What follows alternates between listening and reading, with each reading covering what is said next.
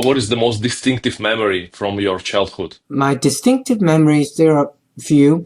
One was we were very poor. My parents and I and the younger brother, we live in one room. The whole family of four living in one room. No bedroom, no bathroom, and no kitchen. Just one room. And we cook on the outside the door, and we have a communal bathroom to share. And we were very poor. We could not afford more than 8 watt of electricity every month. 8 watt is quarter of one of the standard light bulb. So I remember my father actually was a doctor, but despite that, we were still very poor. So he had to study the medical book, and he was trying to hang the 8 watt bulb. When he hung too high, the room was illuminated, but he could not read, too far away from his books. When he hung it too low, the light, and he can read the book, but the whole room would be too dark. So he finally figured out he hung the light bulb in the middle of the room, near the ceiling, but then he put the two chairs together, one on top of the other. He climbed up to sit on top chair, and then his book is close enough to the light bulb, 8 watt, so he can read. So as a kid, I was like 3 or 4 years old, playing on the floor, and I looked up. It was summer, very hot. We have no telephone, no AC, no heater. So my dad was actually bare-chested with only shorts, but he was studying with a little medical book, right? There's a 8 watt tube right in front of him. And I remember seeing on his bare back hundreds of little pearls of sweat. So that's how I guess I was imprinted with the work ethic of my parents. I grew up in Russia in the 90s, and it was like the challenging years, I would say, Russia after the Soviet Union collapsed. So our family maybe was not like the poorest, but like we didn't have much. But I still remember my childhood. Like I don't have a memory of like starving or something like this. And I guess for me it was like a normal life. So I'm just curious, like for you as a child, like I don't know, 5, 6, 7 year old in China, did you have a like happy childhood, or you kind of understood, or something is wrong, my family is struggling? What was your thoughts and feelings back then? Before I was 6 years old, my childhood was actually pretty happy. It was very simple. My parents could not afford to buy me any toy, so I grew up by making every toy myself. I used scissors and paper, cardboard, and cut and paste. So I made all those toys myself because my parents could not afford to buy any toys for me. But then when I was 6 years old, Cultural Revolution started. Then when everything was upside down, when I finished my junior high at age 14, 1974, I was not allowed to go to high school. I wanted to become a doctor, but like my father, but I was not even allowed to go to high school. I was going to be sent Because away. otherwise you would be sent to like the camp Yeah, instead. labor So you're camp. not allowed because of that, right? Yes, so I could not go to high school. If I go, I would be sent away to labor camp. So then I found that the only way to escape being sent away to labor camp is to pick up a music instrument, a Chinese violin called erhu, E-R-H-U, and learn how to dance. Because if I could play a music instrument and if I could dance, I could get into the government song and dance troupe, therefore avoid being sent away to labor camp, being allowed to stay in the cities. Going back to your early years in China, did you know anything about the US, about America? Did you have this dream, okay, moving to America, and like, did you have any knowledge about the US back then? I have some knowledge. Of course, government always painted the picture that America was horrible.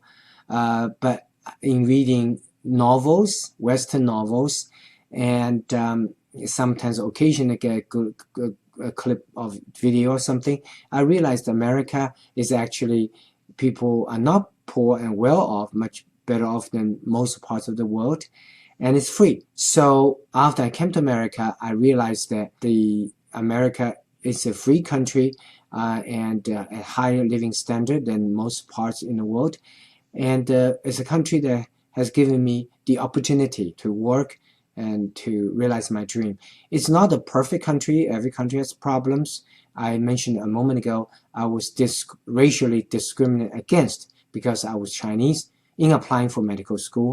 So, there are difficult, imperfect part of the society, but by and large, America is indeed a land of opportunity and is so blessed by God to be able to live in a free country like here. You also mentioned God several times. You're Christian, I believe, based on the interviews Yes, that they watched about you. Yeah.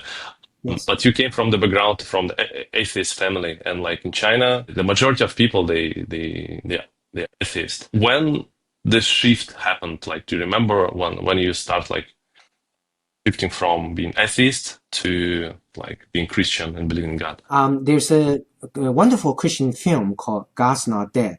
In that film, there's a Chinese student who went from atheist when he came to America from China. At the end of the film, eventually became a believer and who stood up in the classroom. He was the first to declare God is not dead. And that student life story is inspired by my life story. So that was basically me.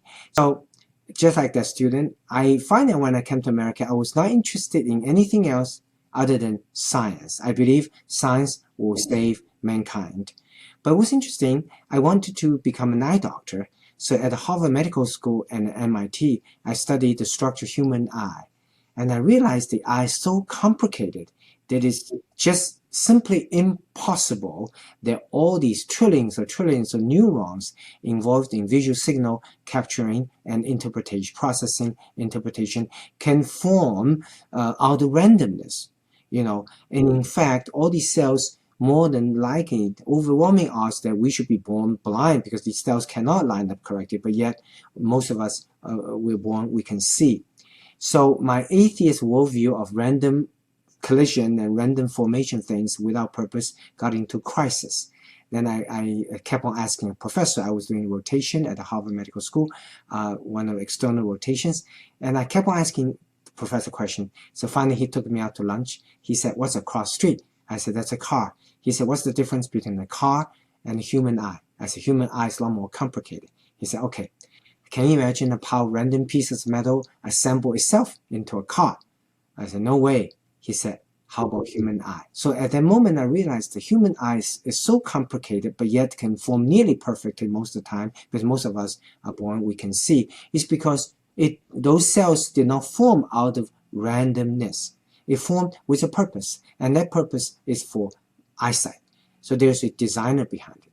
So it was exposure. It's interesting, as an atheist, it was exposure to science. And due to the lack of using science to explain some of the fundamental questions, such as how complexity of life, how it can form ever out of randomness, that what eventually led me to the Creator, and finally specific to Jesus Christ.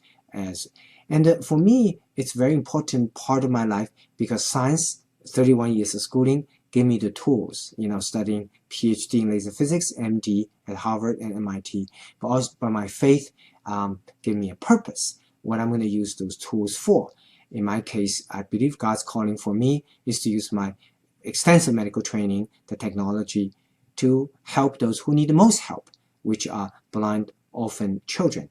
And that's what this movie Sight is about, is the stories and journeys of some of those remarkable story and journey of some of the blind orphan children that our foundation has been trying to help over the decades. Their remarkable journey from darkness to sight, and how in the process, these kids also have helped me, their eye doctor, to come from my own darkness to light, emotionally and spiritually. So you mentioned the film Sight.